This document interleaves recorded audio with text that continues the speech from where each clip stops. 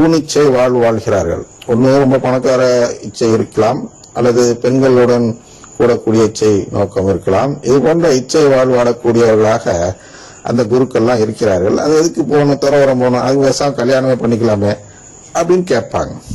அந்த பாவத்தை செய்வதற்கு பதிலாக கல்யாணமே பண்ணிக்கலாமே அப்படின்னு சொல்லி அடுத்த குறை சொல்லுவாங்க. அடுத்தது, நம் திருச்சபையில ஒரு காலத்தில் தப்பறையாளர்களை கொலை செய்தார்கள், இன்குசிஷன் என்று சொல்வார்கள் அல்லவா. அதுபோன்று அந்த தப்பறையாளர்கள் கொலை செய்யப்படுவது பொழுது ஒரு இரக்கமற்றவர்களாக பலரை கொண்டிருக்கும் இந்த திருச்சபை. இந்த திருச்சபையில போய் தூயாகி இருப்பாரா, கொலகார திருச்சபையில தூயாகி இருப்பாரா அப்படின்னு குறை சொல்கிறார்கள். அடுத்த பெரிய பிரச்சனை எது அப்படின்னா, மரிய வழிபாடு செய்தல். மரியாவை போய் வழிபடுறாங்க. மரியா ஒரு கடவுளே இல்லை, அதனால் மரியாவை வழிபடக்கூடாது. அங்க இருந்து அவங்க மரியாதை வழிபட வைப்பாங்க, நீங்க விட்டுருங்க எங்க திருச்சபைக்கு என்று இங்க இருப்பவர்களை அங்கே அழைக்கிறார்கள். இங்க இருந்து அதெல்லாம் நம்பி நிறைய பேர் போறாங்க. அவங்க விட்டுருங்க. இந்த போகாமல் இருப்பவர்களுக்கு தான் இந்த விளக்கம் தருகிறோம்.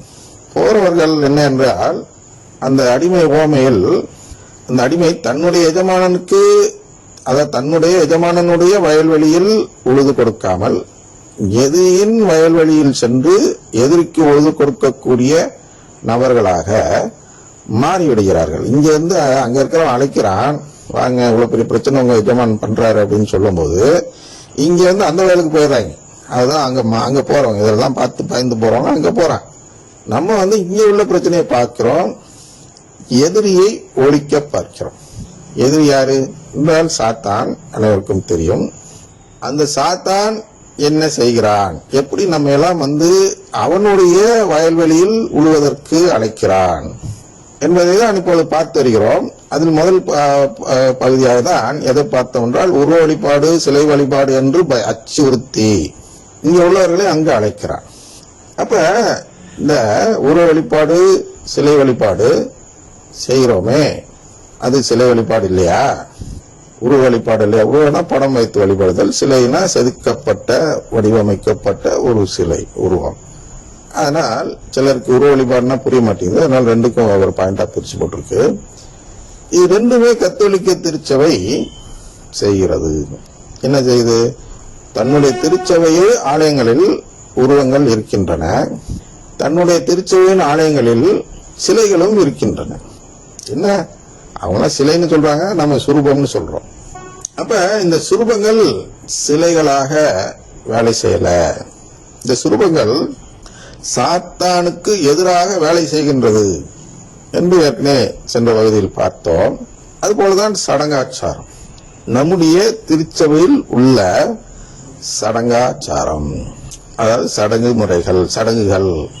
அவங்களுடைய சபையெல்லாம் சடங்கெல்லாம் இருக்காது, சடங்கு முறையெல்லாம் கிடையாது. அவங்க வருவாங்க, கூடி உட்காருவாங்க, அது இஷ்டத்துக்கு அந்த பாஸ்டர் ஒவ்வொரு பாயிண்டா சொல்லிட்டு வருவார். அடுத்து இது செய்வோம், அடுத்து பாடுங்க, அடுத்து அதை பண்ணுங்க, இதை பண்ணுங்கன்னு ஒரு பாஸ்டர் அவர் இஷ்டத்துக்கு நடத்துவார். அதனால அவங்க என்ன சொல்றாங்கன்னா, அவங்கள்ட்ட சடங்கு இல்லை. கத்தோலிக்க திருச்சபையில தான் சடங்கு இருக்கிறது. என்ன சடங்கு இருக்கிறது என்றால், தினமும் ஒரே மாதிரியான வழிபாடு. அதான் டெய்லி திருப்பலி, தினமும் அன்றாடம் செய்யும் திருப்பலி பாத்தீங்கன்னா ஒரே மாதிரி வருவாங்க. எடுத்தோடனே ஒரு ஜெபத்தை சொல்லிட்டு வாசகம் வாசிப்பாங்க.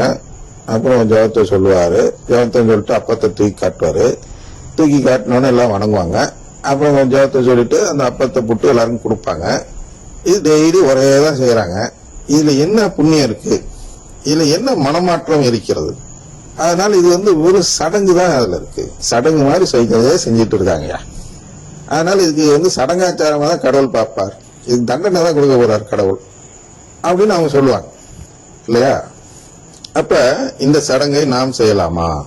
இந்த சடங்கு செய்யும் பொழுது எப்படி நாம் பார்க்க வேண்டும் என்றால், ரோமையர், ஏன்னா நம்ம நிறைய மேற்கோள் கொடுத்தா நீங்க கன்ஃபியூஸ் ஆயிருவீங்க. அதனால ஓரளவு ஏற்கனவே கொடுத்த மேற்கோள்லயே விளக்கிட்டு வருகிறேன். அதுக்கப்புறம் நீங்க விவிலியத்தை வாசித்து பார்க்கும் பொழுது இதற்கு பொருத்தமான இன்னும் பல மேற்கோள்கள் நீங்க வாசிக்கும் பொழுதே உங்களுக்கு தெரிந்துவிடும்.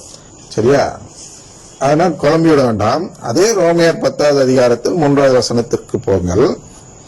அதில் என்ன சொல்லப்படுகிறது என்றால், கடவுள் மனிதர்களை தமக்கு ஏற்புள்ளாக்கும் முறையை அறிந்து கொள்ளாமல் அவர்கள் தங்கள் முயற்சியாலேயே கடவுளுக்கு ஏற்புடையவர்கள் ஆக முயன்றார்கள். ஆகவே அவர்கள் கடவுளின் செயல்முறைக்கு தங்களை உட்படுத்தவில்லை. கடவுளின் செயல்முறை, இந்த கடவுளின் செயல்முறை தான் இங்க சடங்கு என்று வேறு வார்த்தை சொல்லி அதை பாவமாக காட்டுகிறார்கள். திருப்பலி என்பது கடவுளின் செயல்முறை, கடவுள் உருவாக்கிய ஒரு செயல்முறை. என்ன திருப்பலி எப்போ வந்துச்சு? ஏன்னா ஆரம்பத்திலேயே இது மாதிரி வசனம்லாம் எழுதி வச்சுட்டு வாசிச்சாங்களா அப்படின்னு கிண்டல் செய்யலாம் அவர்கள். கடவுளின் செயல்முறைனா என்ன? கடவுளின் செயல்முறைனா கேளுங்கள் கொடுக்கப்படும் என்று சொல்கிறார் அல்லவா? மத்தேயு 7:7 என்ன சொல்றார் என்றால், கேளுங்கள் உங்களுக்கு கொடுக்கப்படும், தேடுங்கள் நீங்கள் கண்டடைவீர்கள், தட்டுங்கள் உங்களுக்கு திறக்கப்படும். ஏனெனில் கேட்போர் எல்லோரும் பெற்றுக் கொள்கின்றனர்.